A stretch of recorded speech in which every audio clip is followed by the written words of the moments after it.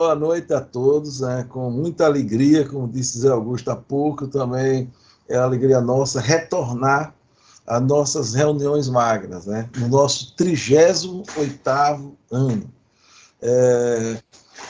E de forma ininterrupta, a gente só para aqui nesses períodos de férias, e já todos nós já estávamos com saudades, de voltar para esse grande aprendizado que essas duas reuniões. Bem, hoje nós vamos, a reunião é de número 1557, e vamos ter a oportunidade de assistir a um amigo, uma pessoa extremamente competente aqui da Boa Terra, que eu vou deixar o Vitor Vale fazer as honras da casa de apresentá-lo. E aproveite, viu, Vitor, esse prestígio aí, viu, de hemodinâmica abrindo reunião magna, prestígio para poucos aí, viu? Poucas especialidades. Devia ter botado um cardiografista, rapaz. Vai lá, Vitor. Realmente, professor, hemodinâmica tem um prestígio grande nessas reuniões, Já trouxemos grandes nomes, como estamos trazendo hoje aí, o doutor Gilberto, que é colega nosso, muito atuante na nossa Sociedade Norte-Nordeste, dentro de Salvador, uma referência, cardiologista intervencionista do grupo Hemocárdio, sócio titular da SBHCI, especialista em TAV e outros procedimentos estruturais, e ex-presidente da SBC Bahia, na gestão de 2023-2024. O Gilberto tem muita experiência em procedimentos complexos, em procedimentos estruturais, Estava até agora há pouco terminando uma TAV aí no hospital dele e, fortunadamente para nós, tomou um tempo aí pós-procedimento para nos brindar aí com essa apresentação sobre procedimentos cujo anacrônico aí ficou fácil, que é um CHIP, mas que são, na tradução, procedimentos de alto risco, e altamente complexos, seja anatomicamente, seja pelo perfil do paciente, seja pela condição ventricular do paciente. Ele vai explicar melhor para a gente. Gilberto, grande satisfação você estar aqui com a gente, viu? Gilberto, antes de você começar a falar, um detalhe interessante, assim, que eu tive a oportunidade de enviar o banner da apresentação para várias pessoas, e todos foram unânimes, a começar pelo próprio professor Gilson Feitosa, disse que iria entrar na reunião da sua qualidade, que nós testemunhamos. Gilson, Vitor, você do reunião conhece mais, mas eu e Zé Augusto tivemos a oportunidade de ver na sua apresentação. Então, nós estamos muito felizes de você abrir a nossa reunião magna. Então, a tela é toda sua, Gilberto. Muito obrigado, doutor Souza, é um prazer mesmo, prazer, doutor Zé Augusto, também revê-los aqui, mesmo que à distância. Vitor, como falou, é um amigo aí da intervenção, a gente se encontra muito nos eventos da Norte e Nordeste, eventos nacionais. Para mim, realmente é um prazer. Eu estou falando aqui de onde é a minha segunda casa, que é o Hospital Santa Isabel. Eu fico mais tempo aqui do que em minha casa mesmo, então, na verdade, aqui é o lugar que a gente desenvolve um pouco do nosso trabalho, e vai ser um prazer compartilhar isso com vocês. Eu acho que é um tema muito atual, é um tema importante que a gente possa discutir, principalmente com os clínicos, como vocês vão poder ver aqui na nossa apresentação. Eu vou compartilhar minha tela, se tiver tudo ok, vocês me sinalizam aí, tá bom? Tá bom. Um minutinho só. Ô, Gilberto, mais uma vez, só pedindo licença a você, eu queria aqui dar boas-vindas à nossa R1, Karina, que acabou é uma maranhense que foi recém-integrada ao nosso grupo e aqui está participando também. Karina, boa-vinda, bem-vindo à residência do Hospital São Lucas e bem-vindo à nossa reunião magna. Muito obrigada, doutor, é um prazer estar aqui com vocês. Pessoal, vamos deixar os microfones no mudo, por favor. Tem algumas pessoas com o microfone aberto. Gilberto, está aparecendo bem para a gente aqui, viu? Ótimo. Então, pessoal, novamente agradeço a presença de todos. O que a gente vai falar hoje é sobre esse acrônimo CHIP, de Complex High Risk Indicated Procedure e Patient. E como o Vitor falou bem aí na apresentação, isso está relacionado a procedimentos em pacientes com comorbidades significativas ou que requerem, na sua intervenção, métodos avançados para a gente promover um tratamento adequado para esses pacientes. A nossa agenda vai ser identificar um tema relevante como identificar as indicações para a realização de CHIP, reconhecer as técnicas utilizadas para isso. Eu Em alguns momentos vou falar coisas técnicas, mas o interesse muito mais amplo da reunião, obviamente, é discutir a parte clínica desses pacientes. Então, nos últimos anos, esse termo de chip, ele foi adotado para nomear procedimentos com necessidade de dispositivos, com técnicas muito direcionadas para intervenções coronárias que são complexas, em pacientes portadores de alto risco, geralmente por conta de muita comorbidade. Isso é uma realidade no mundo inteiro, a população tem vivido cada vez mais, os pacientes se beneficiam do bom tratamento clínico, mas chegam a uma idade mais avançada, com muitas comorbidades, e tornam esses pacientes de mais alto risco. Então, o avanço tecnológico de diversos dispositivos, formas diferentes de suporte hemodinâmico, promovem técnicas que permitem o tratamento de casos que são muito desafiadores, mas têm um objetivo significativo de reduzir sintomas em pacientes com alto risco. Então, às vezes, lançamos mão para promover qualidade de vida aos pacientes e muitas vezes também para melhorar algum aspecto de sobrevida. Hoje, na realidade da intervenção, a gente pode dizer que a gente trata uma grande base de pacientes com síndrome coronariana crônica, de uma forma, quando indicado uma estratégia de revascularização, após a otimização do tratamento clínico, o paciente se mantém eventualmente sintomático. Esse paciente ele pode ser tratado com angioplastia de forma ambulatorial. Nós aqui, por exemplo, fazemos a imensa maioria dos pacientes de angioplastia do Sistema Único de Saúde, ele faz no início do dia e recebe alta ao final do dia. Então, the same day discharge, né? O paciente consegue ter alta de forma ambulatorial. Isso pode ser feito também, a depender de alguns cenários e com alguns convênios, mas isso depende de realidade em cada instituição. Por outro lado, a gente pode ter pacientes mais complexos, que eles podem ser complexos ou porque a anatomia do paciente a ser tratado é complexa, ou porque esse paciente tem muita comorbidade, e aí a gente, obviamente, não libera um paciente desse após o procedimento, esse paciente necessariamente deve fazer o procedimento internado. E ao extremo da gravidade, como proposto pelo esse statement da SCAI, que é aquele paciente em choque cardiogênico ou pós-parada cardíaca, que obviamente ele requer, em muitas vezes, suporte hemodinâmico e, em outras vezes, um suporte invasivo de terapia intensiva cardiovascular dedicada, que não permite que esse paciente tenha uma alta precoce, então esse paciente precisa necessariamente ser internado em unidades dedicadas.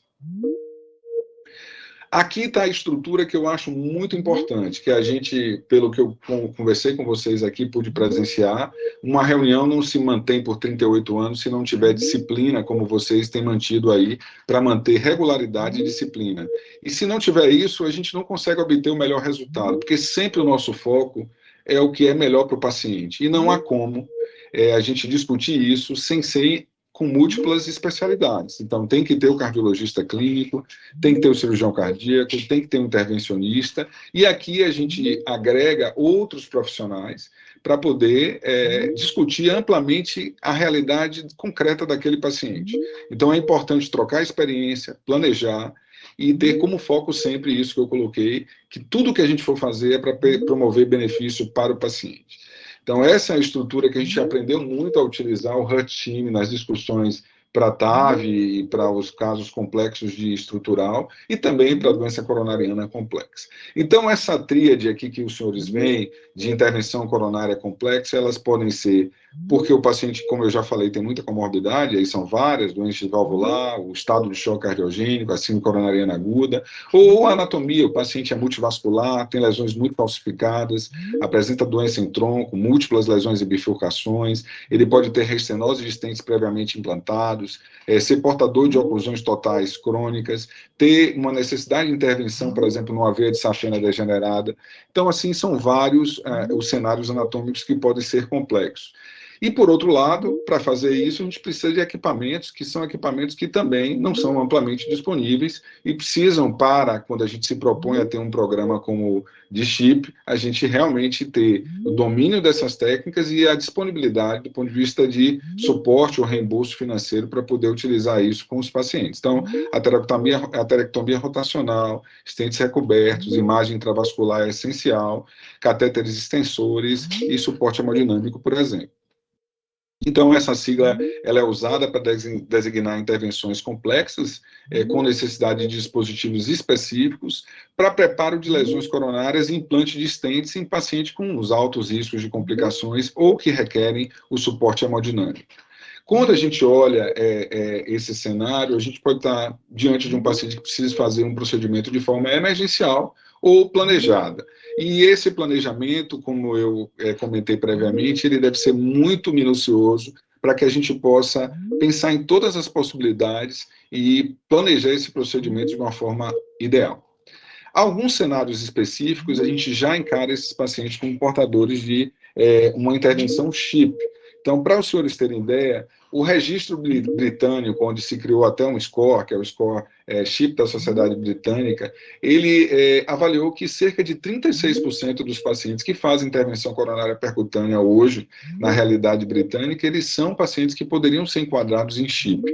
Então, e esse número ele não deve mudar muito, porque, na verdade, pelas comorbidades dos pacientes, pela idade avançada e pela característica anatômica que a gente acaba tendo que lidar. Então, por exemplo, a oclusão total crônica, ela é frequente, ela é observada em até 20% dos pacientes submetidos a uma angiografia diagnóstica e até 35% daqueles pacientes submetidos a uma angiografia após um episódio de síndrome coronariana aguda, por exemplo. E o tratamento bem-sucedido de uma oclusão total crônica pode resultar em melhora dos sintomas, potencialmente melhorar a função ventricular e em casos, por exemplo, de miocárdio hibernado ou hibernante. Porém, há pouca evidência em melhora de desfechos duros, como infarto e morte. Há uma classificação angiográfica que a gente utiliza como referência, que é essa JCTO. A gente tem critérios, esses 5 critérios, o tipo de oclusão, se ela é uma capa rombo ou não, angulação, calcificação acentuada, qual a extensão dessa oclusão, se houve alguma tentativa prévia, e pode fazer isso de forma, por uma técnica anterógrada e retrógrada. Eu vou, a partir de agora, apresentar aos senhores alguns exemplos em cenários específicos. Esse, por exemplo, é um paciente jovem, 53 anos, que é um tenista, já com uma história familiar rica de coronariopatia, o pai coronariopata, um tio falecido por infarto agudo de miocárdio, um irmão com também morte súbita. Esse jovem de 52 anos fez uma coronariografia em uma outra instituição hospitalar, 6 meses antes de nos procurar. Quando ele veio nos procurar, por encaminhamento de um cardiologista clínico da nossa instituição, ele tinha uma cintilografia com isquemia inferior da ordem de 14% ou 15%, e mantinha-se sintomático e parou de fazer o que mais esse jovem gosta de fazer, que é a prática de atividade do tênis. Quando a gente se deparou com o caso, era um caso realmente com anatomia mais complexa, uma oclusão crônica envolvendo múltiplos dispositivos de stents previamente implantados. A gente fez aqui uma técnica de escalonamento de guias, com guias mais dedicadas a processos de oclusão, injeção contralateral, e após análise com ultrassom, a gente obteve um resultado, após implante de 4 stents farmacológicos, um bom resultado angiográfico, como os senhores veem aí. Esse paciente tem uma evolução já de uns 10 a 11 meses pós-intervenção, clinicamente voltou a fazer a prática da atividade física dele. O que eu quero usar como referência para um caso como esse é que, obviamente, nem toda oclusão total crônica deve ser tentada a recanalização. Agora, há pacientes que podem e devem se beneficiar muito da recanalização, a depender da atividade que esse paciente pratique, a depender da carga isquêmica que esse paciente tenha. Então, a gente tem que analisar em cada detalhe e tentar prover se aquele paciente pode, de fato, valer o investimento no sentido de risco para procedimento e o potencial benefício que ele pode ter após um procedimento também obter sucesso. Então, as lesões calcificadas são outras muito desafiadoras no tratamento do ambulatório, do laboratório de hemodinâmica. O grau da calcificação coronária, ela se correlaciona diretamente com a extensão da doença. As calcificações graves, elas têm sido associadas a um aumento de risco de eventos cardíacos adversos. Ela cria desafios durante a angioplastia porque eleva a chance de falha desse procedimento. As coronárias, elas são rígidas, elas são menos complacentes, então elas dificultam a passagem do material e aumenta o risco de subexpansão do stent. Isso pode favorecer tanto reestenose quanto trombose do dispositivo. Então, há uma série de técnicas que nós utilizamos para modificar essas placas, né? Modificar as placas calcificadas. Podemos usar balões não complacentes a altas pressões, balões especiais como o cutting balloon, que tem microlâminas longitudinais e promove a fratura desse cálcio, a terectomia rotacional como rotableito e a litotripsia, que é um tratamento mais recentemente disponível no mundo e aqui no Brasil também, que agregou muito na minha concepção a possibilidade de intervenções nas lesões calcificadas, e eu acho que é um tratamento desses disruptivos, ele traz muita facilidade para que a gente consiga obter resultados para os pacientes. Então, num fluxograma de atendimento a pacientes com lesões muito calcificadas, a imagem intravascular ela é primordial, seja por ultrassom ou seja por tomografia de coerência óptica. A gente começa fazendo essa análise, tem algumas questões técnicas, do tipo da extensão do arco de cálcio, da profundidade, da extensão do cálcio, e aí pode lançar mão de aterectomia rotacional, ou a própria aterectomia por laser, ou a litotripsia, conforme a gente consiga, em cada cenário anatômico, obter o melhor resultado. Depois a gente pode promover dilatações adicionais com balões e, sim, guiando novamente por imagem intravascular, implantar o stent e otimizar esse resultado do implante. Então, aqui eu vou trazer para vocês um pouco do que são esses materiais e exemplos também onde a gente utilizou técnicas como essa. Então, a terectomia rotacional que a gente tem no Brasil é chamado de rotableito. É uma oliva diamantada que a gente bota para girar em torno de 160 mil, 180 mil rotações por minuto. É realizada toda a aterectomia do cálcio no segmento do vaso que a gente quer tratar. E, em geral, a gente escolhe o tamanho da oliva com base numa relação entre 40%, 50% até 60% do diâmetro do vaso. Durante o procedimento, há uma pulverização dessas micropartículas que podem migrar para a periferia, levando a, em alguns casos, slow flow e no reflow. Isso é importante para que a gente saiba, em cenários específicos, se a gente deve ir para essa terapia ou lançar mão de outras. Isso pode acontecer, slow flow e no reflow, em até 20% dos procedimentos usando rotableito. Então, esse é um caso de um paciente renal crônico, que foi acompanhado aqui no nosso serviço, no Hospital Santa Isabel. Esse caso, eu não fui o primeiro operador, foram 2 colegas aqui que participaram desse caso, mas eu achei ele bem ilustrativo. Era um paciente que foi extensamente também discutido, com lesões calcificadas, como os senhores veem aqui na descendente anterior e na circunflexa, lesão na DA no terço médio, e depois do tratamento aqui promovido por doutor Ricardo e doutor Martinelli, que são intervencionistas do nosso grupo, conseguiu-se obter um resultado como esse, o que certamente seria impossível de ser obtido sem o preparo adequado das lesões calcificadas. Então, se a gente não prepara bem o terreno para implantar esses stents, não se consegue obter esse resultado, que não é belo apenas na angiografia, ele se sustenta no exame de imagem, e muito mais do que isso. Ele é a garantia que esse paciente, de fato, possa ter um benefício maior na intervenção, uma taxa de sucesso maior, quando adequadamente realizado. A outra estratégia para tratar lesões muito calcificadas é a litotripsia. Essa é mais recente. Ela é uma estratégia que tem um balão com múltiplos emissores de litotripsia circunferenciais, promove umas ondas sônicas que conseguem fraturar, o cálcio intravascular, minimizando a lesão na parede do vaso. Esses catéteres hoje podem emitir até 120 pulsos. A primeira geração, emitia apenas 80 pulsos. Ele é insuflado até 4 atmosferas e vaporiza uma solução salina que emite uma pressão até de 50, equivalente até 50 atmosferas. Esse é o dispositivo que os senhores estão vendo. A primeira geração era essa, que emitia até 80 pulsos, e hoje a nova geração, como eu falei, pode emitir até 120 pulsos. Aqui a gente tem um exemplo mostrando a tomografia de coerência óptica, por exemplo, com a imagem de uma placa extremamente calcificada. Aqui, após o emprego desse balão, a tomografia já mostra como houve um ganho luminal significativo e há diversos pontos de fratura. Uma analogia que eu gosto de utilizar para esse tipo de terapia, imagine que você tenha uma fratura em um para-brisa de um carro. Ele não quebra completamente, se espedaça e entra para dentro do carro. Na maioria das vezes ele trinca em vários pontos e fica todo estilhaçado. Isso é mais ou menos o que essa terapia promove, porque ela torna um vaso muito rígido num vaso complacente na medida em que ela fratura esse cálcio em múltiplas partículas na parede, tornando esse vaso mais maleável, mais susceptível a dilatações progressivas. Obrigado.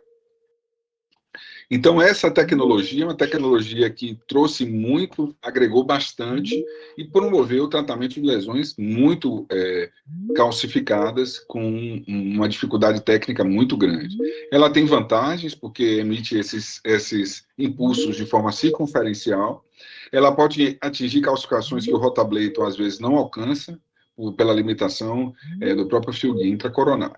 Então, aqui eu vou trazer para os senhores um caso de uma senhora de 88 anos, portadora de fibrilação atrial, que internou com a gente aqui numa síndrome coronariana aguda sem supra. Ela tinha uma coronária direita não dominante, e aqui na coronária esquerda ela tinha um aspecto angiográfico bem complexo, uma lesão envolvendo o tronco distal. Os senhores vão ver uma lesão já grave na descendente anterior proximal. Tem uma lesão envolvendo também um grande ramo diagonal. Observe o cálcio, a gente consegue ver o cálcio mesmo antes da angiografia. Isso denota que essa calcificação, geralmente, ela é moderada ou importante quando a gente vê por métodos outros complementares. Então, uma lesão grave em tronco distal, lesão ideal proximal, lesão envolvendo um grande ramo diagonal.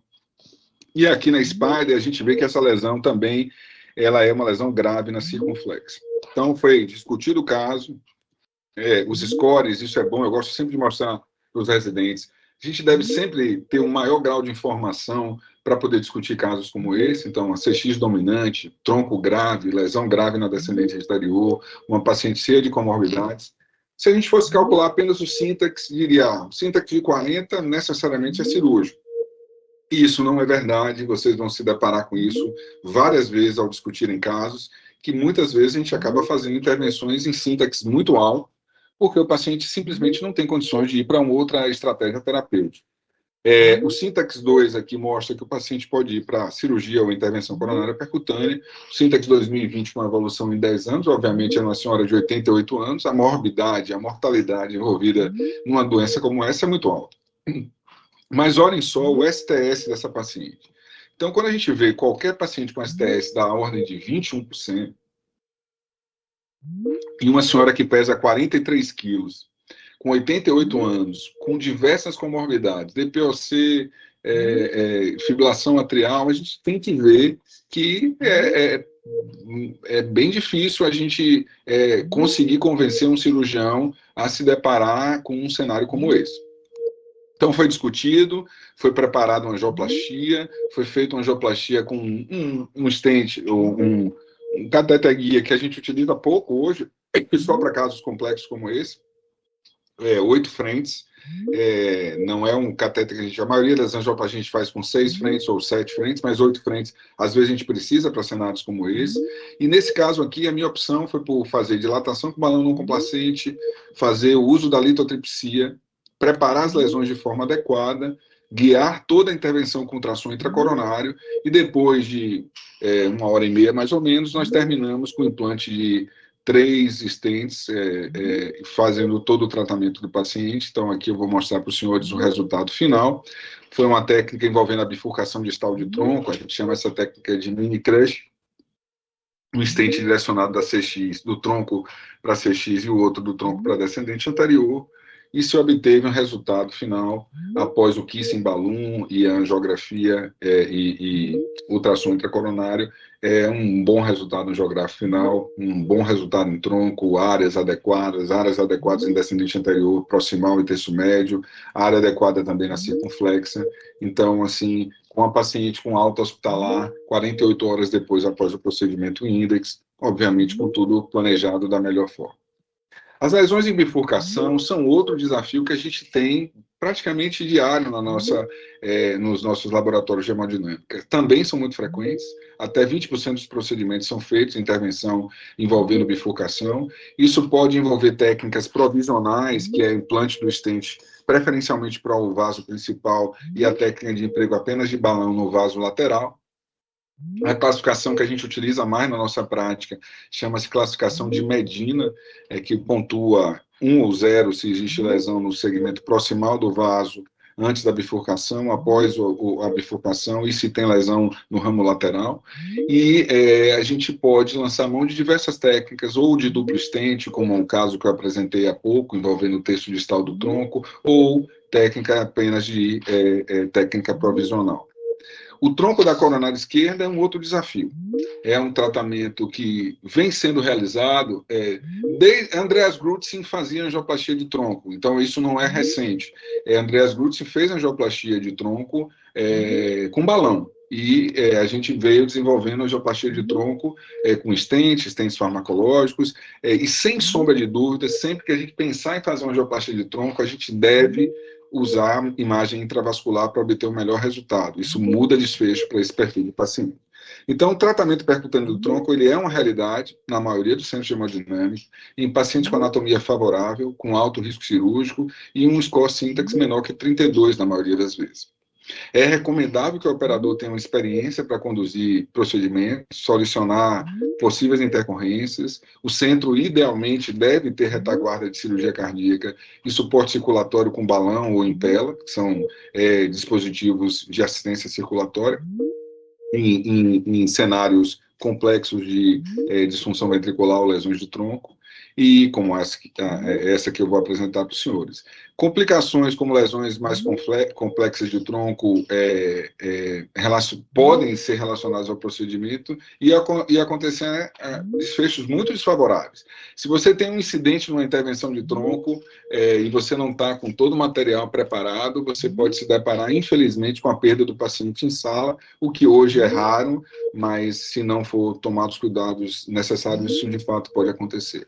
Lembrar que o tronco, quando comprometido, a gente tem 70% ou 80% da perfusão do ventrículo esquerdo comprometida de alguma forma naquele cenário.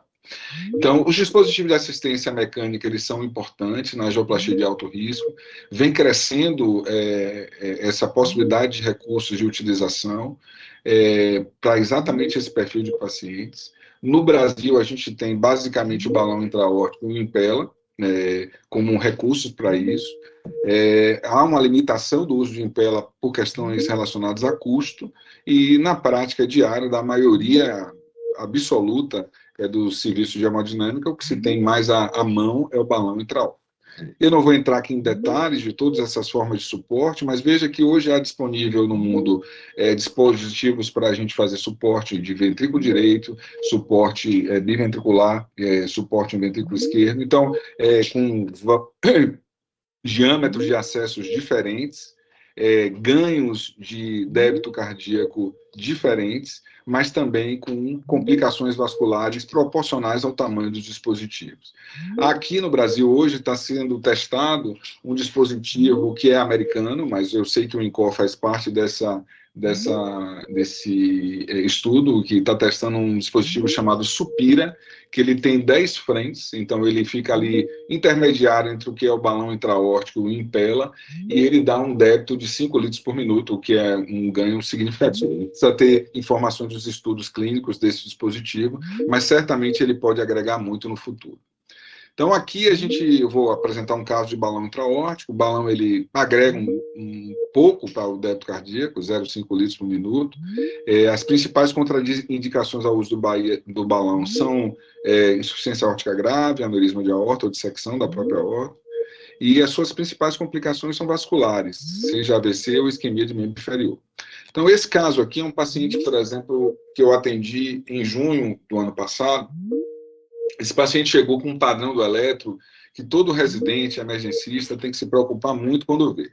Supra de AVR com infradifuso em múltiplas derivações. Então, esse paciente chegou à emergência com esse padrão, uma dor persistente, já dispneico, com sinais assim de má perfusão periférica já. Então, ele já estava em um estágio de choque inicial, que rapidamente progrediu para que ele fosse transferido para o setor da hemodinâmica aqui, e quando a gente fez a angiografia, o que a gente se deparou foi exatamente com esse achado aí, uma lesão gravíssima de tronco, uma suboclusão em tronco, envolvendo o tronco, a porção distal do tronco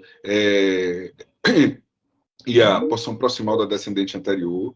A circunflexa tem algum grau de doença, mas ela não era uma doença crítica. E observem que há até uma redução do fluxo para a descendente anterior. Quando ele chegou, inclusive, na sala de hemodinâmica, já monitorizado, ele tinha um suplinho em V1 e V2.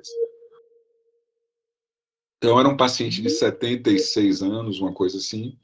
Aí, rapidamente, nós passamos eu estava fazendo o CAT dele pela via radial, passei um acesso pela femoral, que eu já ia passar um balão intraórtico nele de qualquer forma. Fiz a coronária direita, uma angiografia só para poder ver como era o aspecto da coronária direita. Ele tinha uma lesão grave na coronária direita em terço médio. Passei um balão intraórtico, passei as duas guias para CX e DA, pré-dilatei, fiz ultrassom e implantamos um stent direcionado do tronco para a descendente anterior.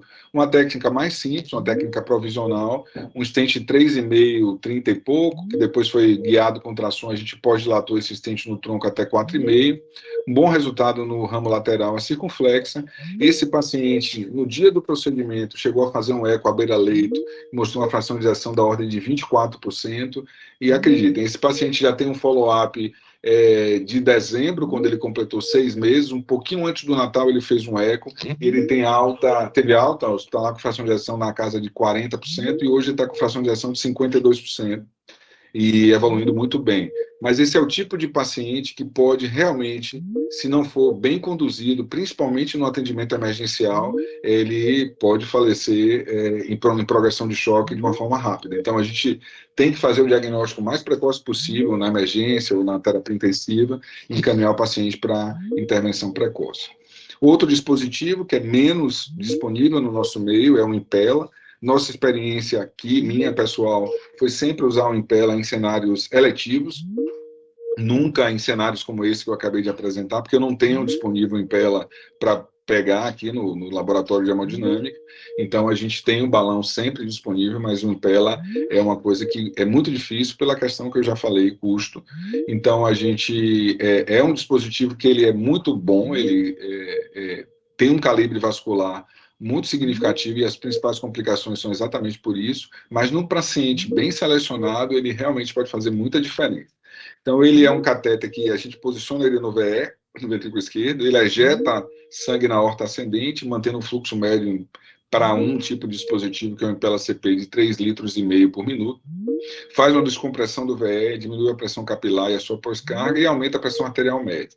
Então, para casos complexos, como os testados no estudo PROTECT 2, lesão de tronco distal, vaso derradeiro, fração de ejeção menor que 35%, ou paciente com doença multiarterial com fração de ejeção menor que 30%, certamente esse é um recurso muito interessante. Aqui está o recurso, que é o Impella, e vejam uma árvore anatômica complexa como essas que os senhores estão vendo aí, que potencialmente foi tratada com um implante de stents do tronco para descendente anterior em vários segmentos, e se obteve um bom resultado. Para que a gente consiga ter bom resultado em intervenção de padrão CHIP, uma coisa que é fundamental é dispor de método de imagem intravascular. Seja ultrassom intracoronário, seja tomografia de coerência óptica, cada um tem vantagens e desvantagens, mas o mais importante, eu diria, que é ter a habilidade e o conhecimento para poder fazer pelo menos um desses métodos. Eles já agregam muito a possibilidade de você obter melhores resultados. Então, eu vou agora me dedicar um pouco com os senhores a falar coisas que são um pouco técnicas, mas que têm muita evidência científica e que levam também a uma necessidade de conhecimento de boa parte dos clínicos, para que eles também, vocês, se envolvam, inclusive na indicação, junto ao hemodinamicista, de estratégias de tratamento de pacientes como esse. E o uso da imagem é importante por vários fatores. Antes da intervenção, você consegue definir se a lesão, por exemplo, principalmente com tomografia de coerência óptica, qual é a lesão culpada na síndrome coronariana aguda. Às vezes você tem múltiplas lesões no paciente, e aí você vê ruptura, erosão, nódulo de cálcio. no OCT. Lesões ambíguas, você define também, às vezes, se o paciente pode se beneficiar. Doença em tronco, o mecanismo da falência de um stent, então a imagem é importante para definir isso. E durante a intervenção, definir o preparo da lesão, a possibilidade de cruzar uma oclusão crônica, selecionar o tamanho do stent e a extensão desse stent, do balão a ser utilizado para pré e para pós-dilatação, avaliar o resultado após o implante do stent, né, em lesões complexas como tronco, bifurcação, lesões calcificadas, e uma técnica que a gente utiliza quando possível, chama-se Low Contrast PCI, ou Very Low Contrast PCI, ou até Zero PCI, que é você fazer uma intervenção coronária percutânea usando apenas ultrassom, sem usar contraste. Aqui está um vaso normal, ao ultrassom, a imagem de um vaso com doença. Existem diferentes tipos de ultrassom, eu não vou entrar em detalhes disso, de resolução. Isso é só para os senhores entenderem que os recursos eles podem ter características diferentes.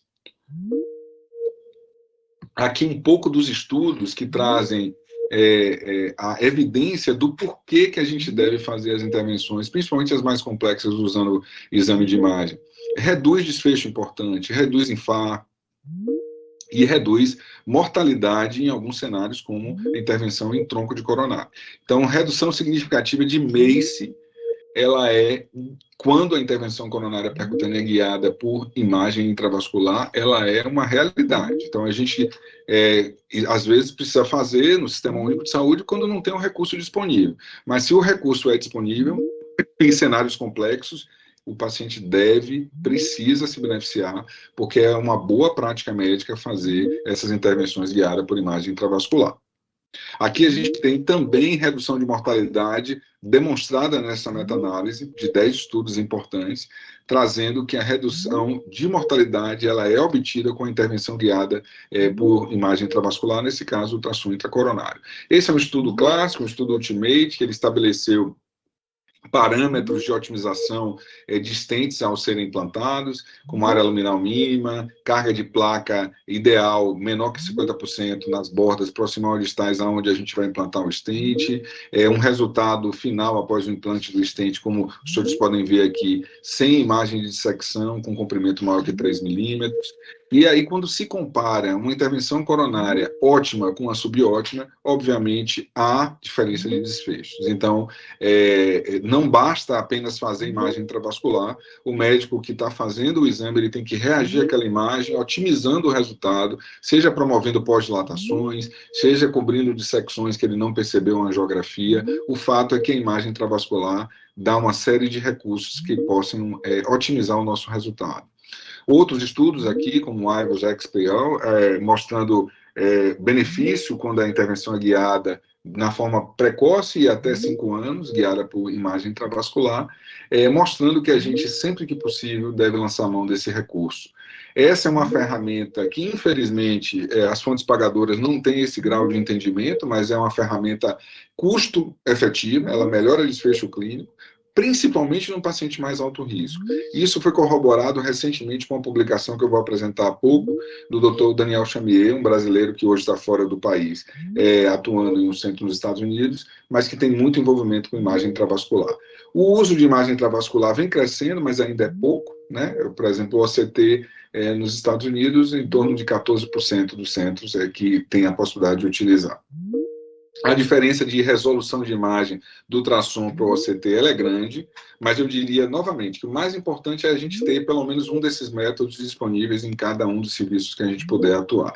Mas a resolução da tomografia, com vários detalhamentos adicionais, ela é superior. Então, a gente na tomografia também ela serve para definir quem deve fazer, como a gente deve fazer. Existem critérios para a gente definir se a gente vai usar como referência a membrana elástica externa ou lumen, isso é uma questão mais técnica. O tipo de caracterização de placa, como os senhores veem, se a placa é fibrótica, lipídica, se ela é predominantemente calcífica, e que tipo de tratamento a gente precisa fazer para otimizar esses resultados. Existem, inclusive, critérios pela própria tomografia que podem apontar pela necessidade, já de cara, de você promover um tratamento com aterectomia rotacional, ou rotableio.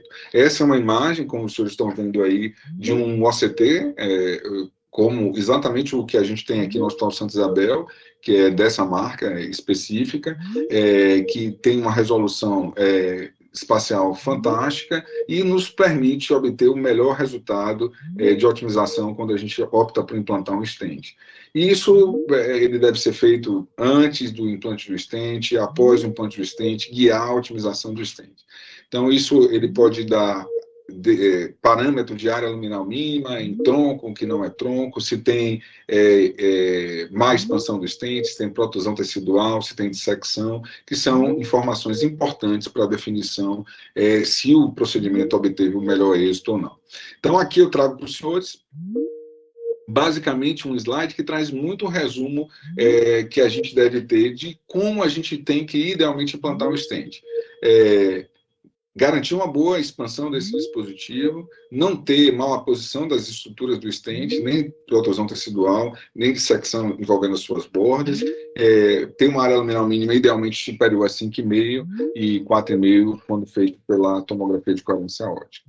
Aqui os senhores veem imagem de um implante ótimo. Observe como as hastes do stent estão bem coladas aqui na parede do vaso, e aqui um implante do stent onde tem má posição. Isso aqui, quando a gente mostra, é bem grosseiro, né? É uma coisa que a gente percebe de cara que realmente está muito diferente um do outro. Mas eu posso dizer a vocês que a angiografia, às vezes, das dois pacientes são muito similares.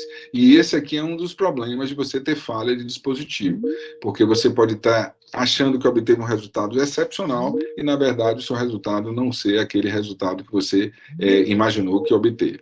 Então, aqui, imagem de dissecções, que estão vistas muito mais de forma detalhada a tomografia de coerência óptica do que a ultrassom, mas volto a dizer, um médico bem treinado, ele vai apurando o olhar e vai conseguindo ter informações para um método ou para outro, e tendo disponível pelo menos um deles, isso é o que é mais importante.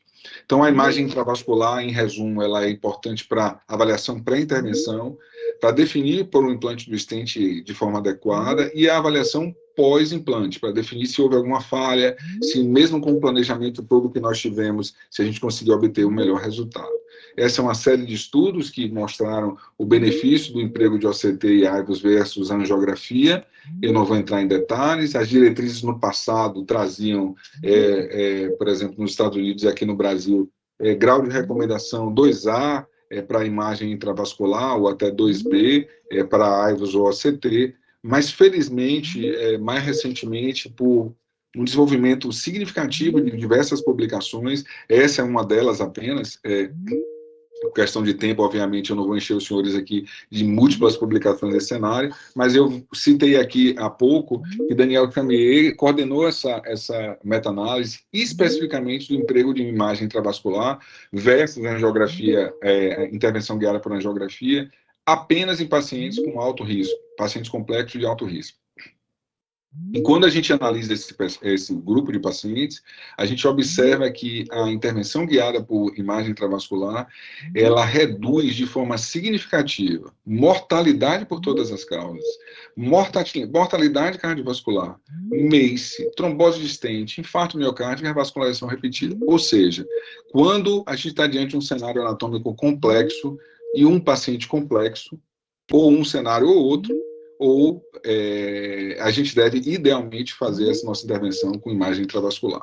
E, respaldando tudo isso, para coroar e chegar praticamente ao fim da nossa apresentação, agora, recém-publicado, o Guideline de Manejo de Síndrome Coronariana Aguda, que envolveu o ACC, o American Heart, traz, pela primeira vez, numa diretriz, nível 1A de grau de recomendação, nível de evidência, para o emprego de imagem intravascular, seja com ultrassom ou com tomografia de coerência óptica, em pacientes com doença grave envolvendo tronco e lesões complexas. Então, assim, esses cenários mais desafiadores, mais complexos, precisam realmente de imagem intravascular. Então, senhores, eu gostaria de concluir dizendo que chip é uma realidade frequente. Imagine que o centro, como eu citei previamente, na Inglaterra, o registro que eles têm do banco de dados britânico traz que 36% das intervenções naquele país são realizadas em pacientes com perfil de CHIP, seja por complexidade anatômica, seja pela complexidade de comorbidades desses pacientes. São várias as técnicas disponíveis que são importantes para a obtenção de resultados diferenciados, e eu acredito que a gente deva ter treinamento específico para garantia e manutenção de resultados de excelência. E antes mesmo de pensar em fazer uma angioplastia complexa envolvendo pacientes CHIP, é mandatório planejamento adequado e uma discussão muito ampla em Heart Team, que envolva, idealmente, cardiologista clínico, sempre, o cirurgião cardíaco, quando possível, na maioria dos cenários ele deve participar, e outras especialidades que são importantes para cenários específicos conforme as comorbidades de cada um daqueles pacientes. Pode ser um pneumologista, pode ser um geriatra, pode ser um hematologista, um neurologista. O que importa é agregar sempre o melhor conhecimento para beneficiar sempre aquele paciente que está ali entregando a vida dele nas nossas mãos. Muito obrigado pela atenção de todos e fico aqui disponível agora, doutor Souza, para a gente poder discutir aí com vocês. Vou tirar aqui o compartilhamento. Gilberto, parabéns aí pela apresentação. Eu acho que você conseguiu, né, realmente é muita coisa para falar, né, são muitos procedimentos complexos, e você conseguiu fazer uma síntese muito bem feita, mostrando, inclusive ilustrando com casos próprios, né, do seu serviço, casos que até eu me assustei quando vi, né?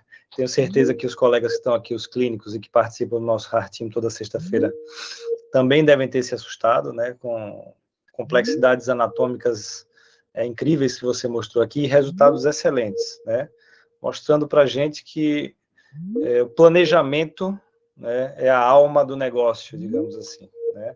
Se um caso como esse chega para nós, hemodinamicistas, é porque talvez já tenha sido recusado em algumas instâncias cirúrgicas ou até para tratamento clínico.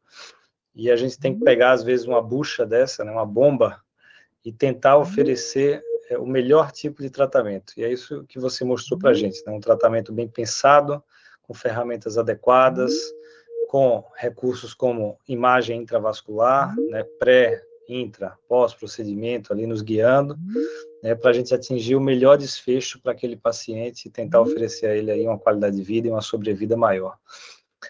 Gilberto, a gente tem muitos clínicos aqui, né, o doutor Souza precisou sair, que ele tinha uma outra reunião presencial da Academia de Medicina, me deixou encarregado da discussão. Pessoal, se vocês puderem levantar a mão, quem quiser falar, estou vendo o Guto aí. Guto, você é um cara clínico, né, frequenta semanalmente nosso Heart Team, a gente se vê, eu, você, o Wilson da cirurgia cardíaca, Roberto Sintra que está aqui, a gente se vê em cenários muito duvidosos e muito obscuros, né? Talvez pacientes que não estejam em nenhum estudo, inclusive, né? Esse tipo de lesão que você mostrou, né, Gilberto, certamente teria sido excluída de estudos de pacientes mais estáveis, né?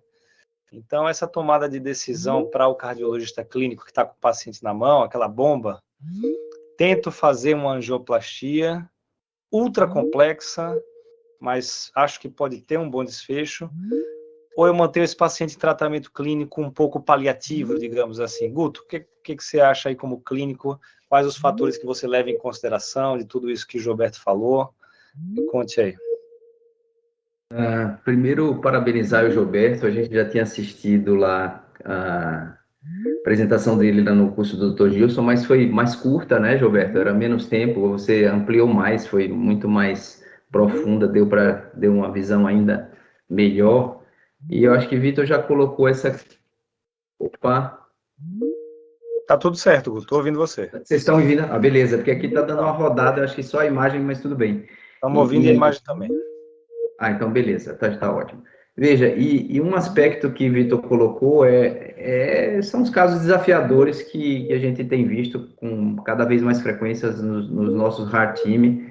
Eu estava falando a você de um paciente do SUS recentemente, de lesão de tronco de 95% e terminou com envolvendo DA, CX, tentou se fazer a angioplastia, mas o paciente tinha muito cálcio, etc. A gente não tinha todos esses dispositivos no SUS e terminou o paciente sendo tratado clinicamente. E, por sorte, ele está vivo, tem mais de ano isso aí, vai fazer agora em maio 2 anos.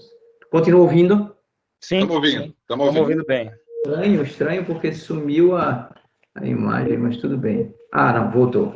Pronto. Então esse é um ponto. Então, a gente precisa de coragem, vocês são corajosos e precisam de pessoas que mostrem que visualmente o tratamento é excelente.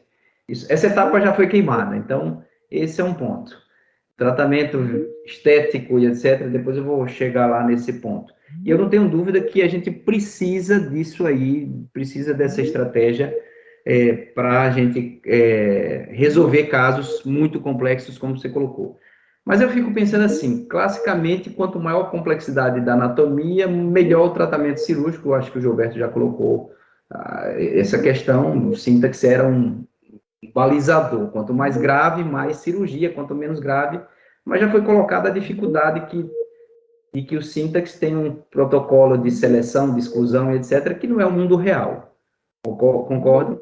Por outro lado, a categorização chip também não é fácil. Estava dando uma lida, sabia que você ia apresentar tudo. A definição chip também é uma coisa que tem sido muito variável e muito discutida na literatura. O que é chip?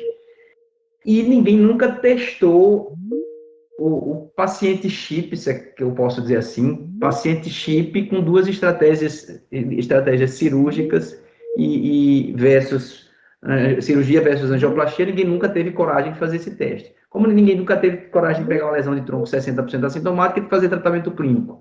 Então, a gente ainda usa trabalhos antigos para fazer ou cirurgia ou angioplastia na crença de que o tratamento clínico em 2025 é pior do que a angioplastia no tronco no paciente com 60%, tá? Aí eu fico pensando assim,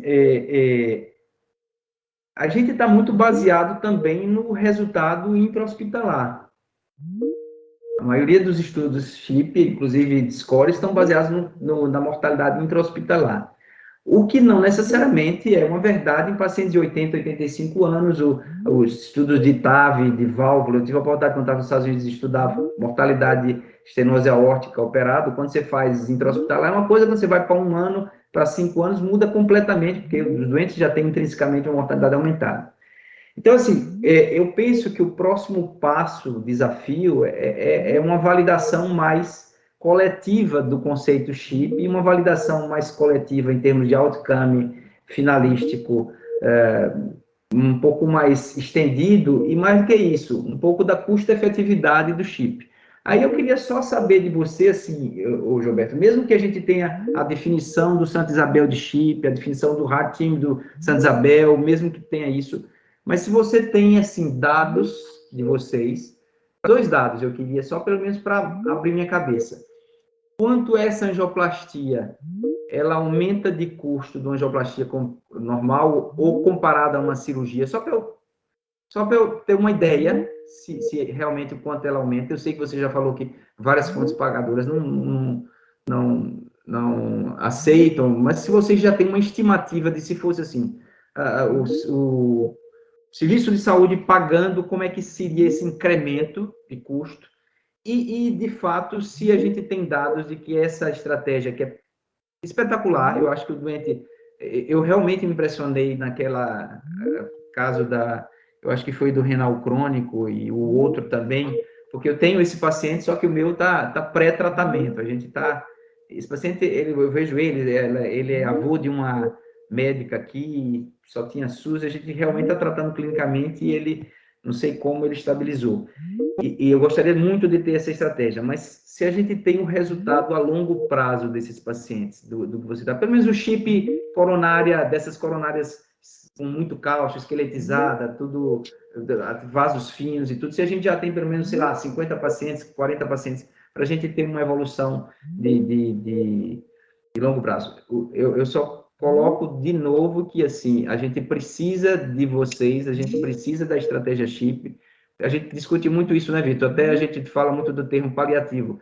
A gente muitas vezes está fazendo em medicina o que pessoal da oncologia. Quer dizer, a gente tem que entender que a insuficiência cardíaca às vezes chega no paliativo e muitas vezes em coronária a gente estava chegando no paliativo. Vocês estão desafiando uma fronteira, que era uma fronteira de pacientes que iam ficar paliativo, porque ele tinha um DPOC e tinha uma artéria, uma anatomia dessa, e a gente não ia colocar um balão sem stent, depois ver o stent, mas só stent, no caso desse também não funciona, tem que ter todo esse recurso. Então, não sei se eu fui muito prolixo, mas a ideia é uma análise um pouco de outcome clínico, custo-efetividade, validação de conceito. Eu queria um pouco dessa opinião. Eu entendi, doutor José. Acho que seus questionamentos todos são relevantes e importantes mesmo, né?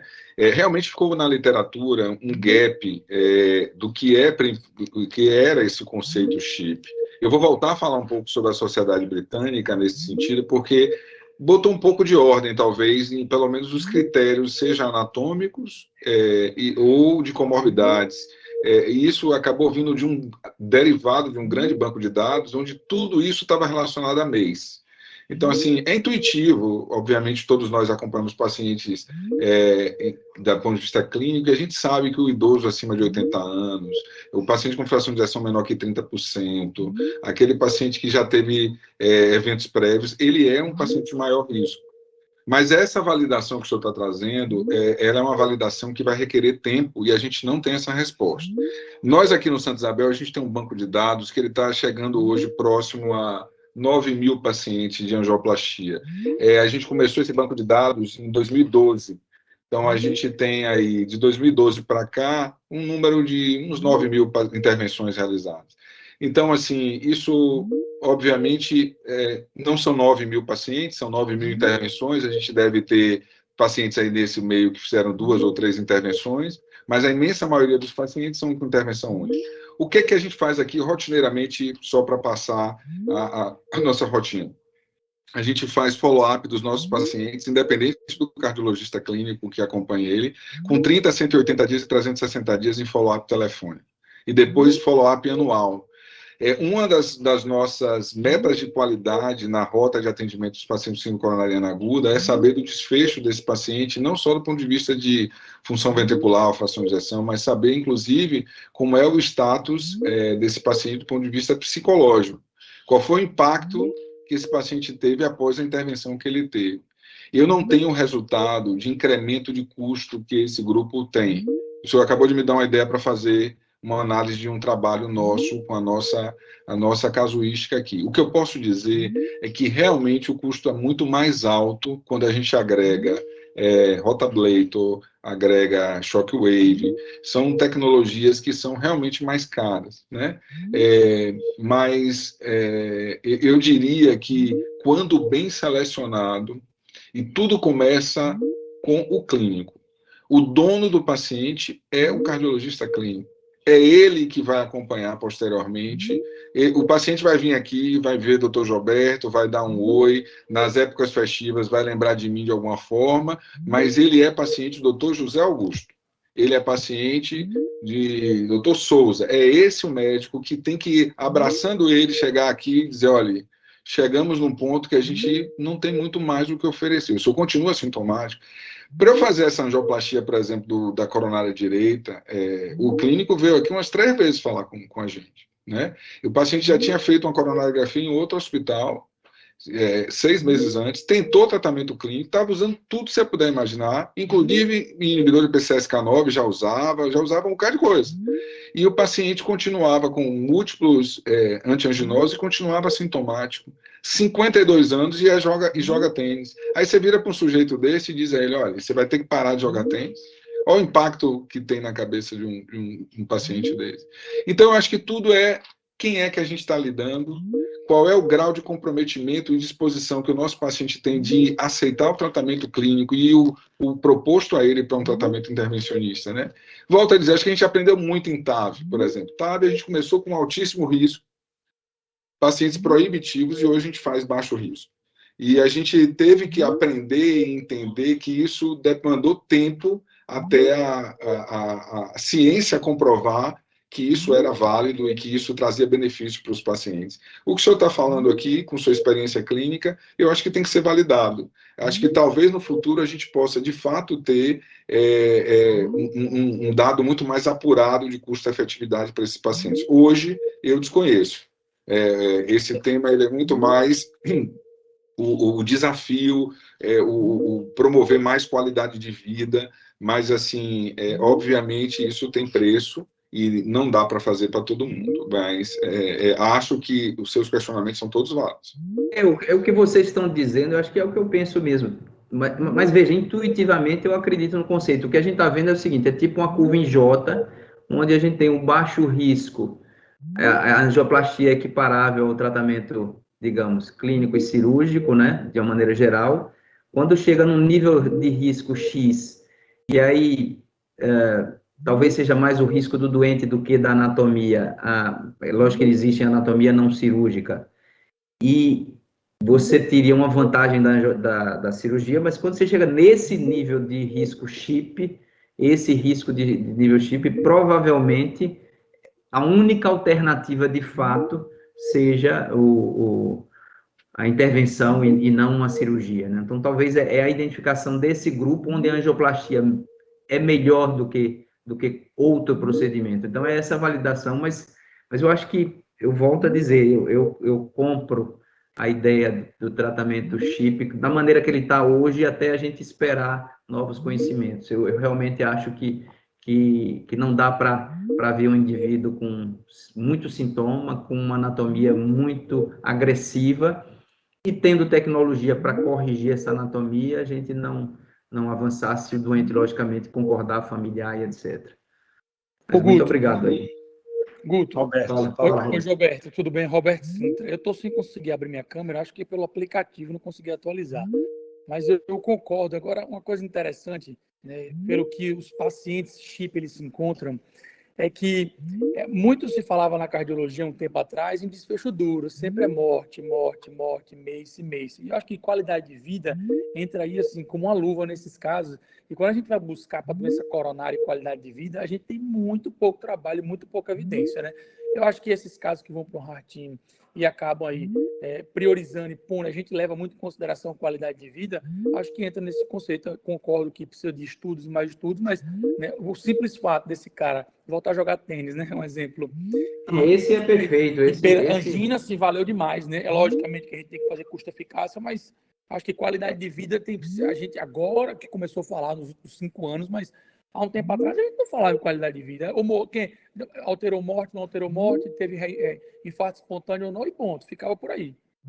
É que eu acho que vai chegar num ponto que vocês já estão discutindo em TAV, já que a TAV foi colocada, de quando pode ser fútil ou não, né? Porque a gente pode corrigir a anatomia, a gente pode corrigir, mas é a identificação de qual? Do velhinho que aquilo pode ser fútil ou não. 50 anos, 60 anos, não fique só nos 50 não, porque eu já estou quase nos 60, então vamos estender um pouquinho isso. Nós vamos investir em você, Guto, não se preocupe não. Se você tiver uma lesão dessa, a gente vai tratar, não se preocupe.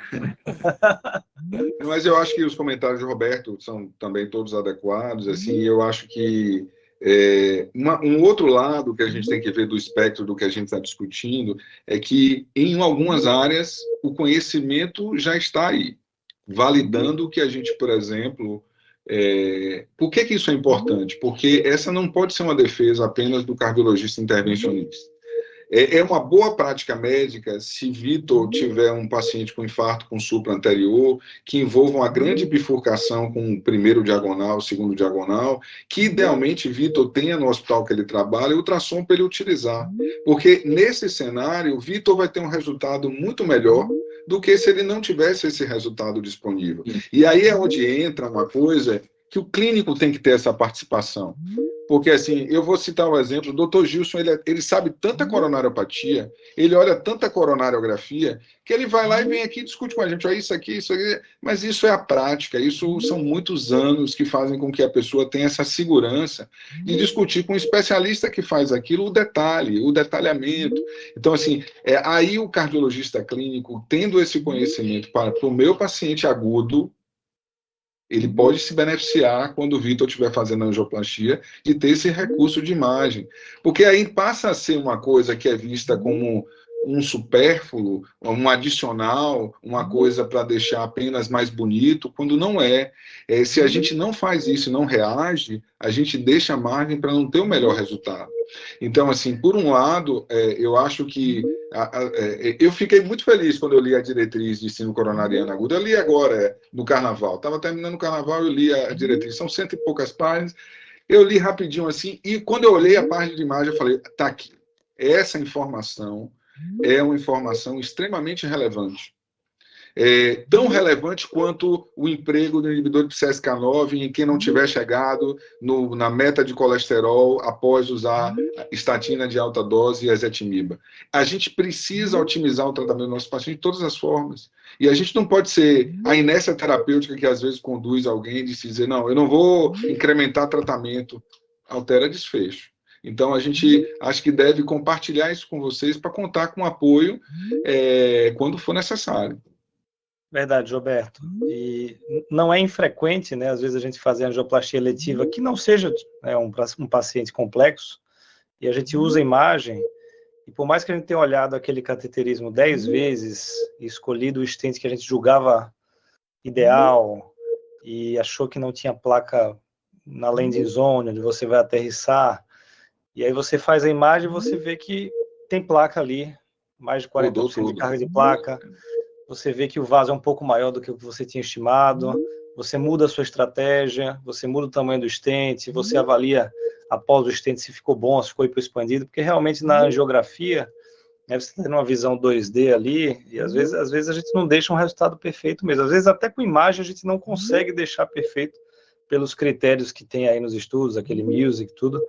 Mesmo com imagem, a gente não consegue deixar 100% perfeito. Imagina sem imagem. E quanto mais complexo for o caso, melhor, né, e mais evidência a gente tem para usar a imagem. Uma outra coisa que eu queria tocar um ponto aqui, fazendo esse paralelo com o TAV, né, já que foi trazido aqui, é que esses procedimentos exigem habilidades do hemodinamicista que normalmente a gente não aprende na residência, né? Então a gente tem que ir atrás, a gente tem que fazer treinamentos, fazer cursos, ganhar experiência para fazer esses procedimentos. E o que está tendo hoje em dia, né, Gilberto, estão existindo proctors para esses procedimentos também. Então, às vezes, um colega menos experiente, que não teve ainda uma vivência de um rotablator, de um shockwave, de uma bifurcação de tronco distal e está inseguro, né, a própria empresa que quer vender o produto, ela banca a vinda de um especialista com mais experiência para a cidade daquele que vai ter o procedimento, e esse especialista orienta e discute o caso e ajuda no caso, né, proporcionando aí talvez uma angioplastia que o intervencionista se julgaria incapaz de fazer, mas proporcionando para o paciente um desfecho bom, porque veio uma pessoa mais experiente, né, junto com isso. Então, hoje em dia, existe esse cenário também, né, para algumas cidades aí do Brasil, algumas equipes que ainda precisem. Eu acho que esse ponto é muito importante, Vitor, porque ele traz uma possibilidade, voltando de novo à TAV, veja como TAV foi importante eu diria, para a medicina, não é nem da cardiologia. TAV é um dos tratamentos em medicina mais testados e validados. Ele foi, de forma muito adequada, planejado para ser testado e validado. Por exemplo, para me tornar apto a fazer TAV, eu fiz algumas TAVs sobre um treinamento com Proctor, para depois a minha sociedade me habilitar, mesma coisa com o Vitor. Então, assim, isso é importante, porque senão a gente queima o método. Tem um método que, na minha opinião, foi queimado por inabilidade da indústria. Queria vender logo, vender, e chamavam-se scaffolds. Então, eram os stents bioabsorvíveis. Não havia protocolo se devia usar pré-dilatação, pós-dilatação, como fazer. Tudo que não tem protocolo vira uma bagunça. Então, se cada um acha que deve fazer de um jeito e não tem uma rotina. Então, acho que algumas coisas a gente deve levar como aprendizado, né, para que a gente possa não cometer esses erros de novo no futuro. Verdade, Roberto.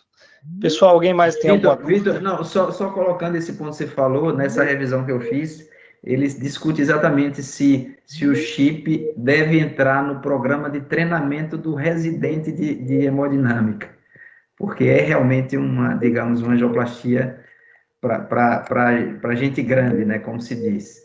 Então, eu acho que essa discussão, e a gente sabe que mesmo a angioplastia simples, o volume impacta no outcome, uma dessa complexidade, a gente não tem a menor dúvida. O cara que faz, sei lá, um caso a cada 3 meses, seguramente não vai ficar muito bem habilitado comparado com outro que faz isso de forma mais frequente. Eu acho que esse comentário é muito importante, né? A gente pensa na efetividade do chip do ponto de vista mais coletivo. Verdade, Guto. Pessoal, pelo adiantar da hora, tem alguém que quer fazer mais alguma consideração, mais alguma pergunta aí para o doutor Gilberto? Eu acho que já estamos, né, Guto? Estamos adiantados já, 7h15. Gilberto, eu queria agradecer aqui, em nome do Hospital São Lucas, da nossa reunião magna. Sua palestra foi fantástica. Nós gostamos muito e aprendemos muito, né, com seus slides, com seus casos clínicos. Eu acho que isso traz novos horizontes aqui, né, para a gente que está no dia a dia aqui na nossa batalha aí, né, contra a doença coronariana. E queria deixar o convite aqui para reuniões posteriores, se você tiver outros temas para trazer, né? Nossa reunião é bem sólida, acontece toda terça-feira às 18 horas. E em nome do professor Souza, agradecer aí mais uma vez a sua vinda para essa reunião. Meus amigos, eu que tenho que agradecer, assim, já tive a oportunidade por diversas vezes de ter aqui em Salvador Dr. José Augusto, Dr. Souza em eventos, seja em congresso, seja no curso de imersão do professor Gilson Feitosa com a Sociedade Brasileira de Cardiologia, encontrar vários colegas aqui presentes em eventos no Nordeste. Para mim é um prazer, eu estou sempre disponível, posso abordar outros temas que forem de interesse de vocês, e nossa casa aqui, eu falo nossa casa porque eu sou literalmente do Santa Isabel, trabalho em outros serviços, trabalho também, assim como vocês, em hospitais da Rede Dó, mas aqui é a minha segunda casa, eu passo mais tempo aqui do que na minha casa mesmo, então esses casos todos que eu apresentei foram feitos aqui. Nós temos um grupo grande de intervencionistas, somos 14, e eu fico mais aqui no Santa Isabel, junto com o Dr. Zé Carlos Brito, que é o coordenador do serviço, e alguns colegas mais jovens, como o Dr. Ricardo, mas assim, é um grupo grande que lida com isso diariamente. A gente lida com isso, e eu diria que talvez o maior mérito do nosso hospital é ter uma base clínica muito significativa, porque a gente respeita muito a opinião do clínico e lida com isso diariamente. Então, eu acho que esse é o mecanismo para que a gente consiga obter bons resultados, né? A parceria do clínico com a gente no encaminhamento, no direcionamento, nas vezes também dizer, opa, vamos segurar um pouco e vamos conduzir dessa forma, né? Eu acho que é isso que importa. Mas me coloco à disposição e terei o maior prazer de ir aí e recebê-los aqui também. Ótimo. Obrigado, Gilberto. Obrigado aí, Gilberto. Bom, Boa noite. Declaro encerrada, então, a reunião, pessoal, e até a próxima terça-feira, viu? Você abriu o ano letivo, viu? Você abriu o nosso ano letivo. Estou muito honrado. Obrigado. Valeu. Um abraço a todo mundo. Até mais.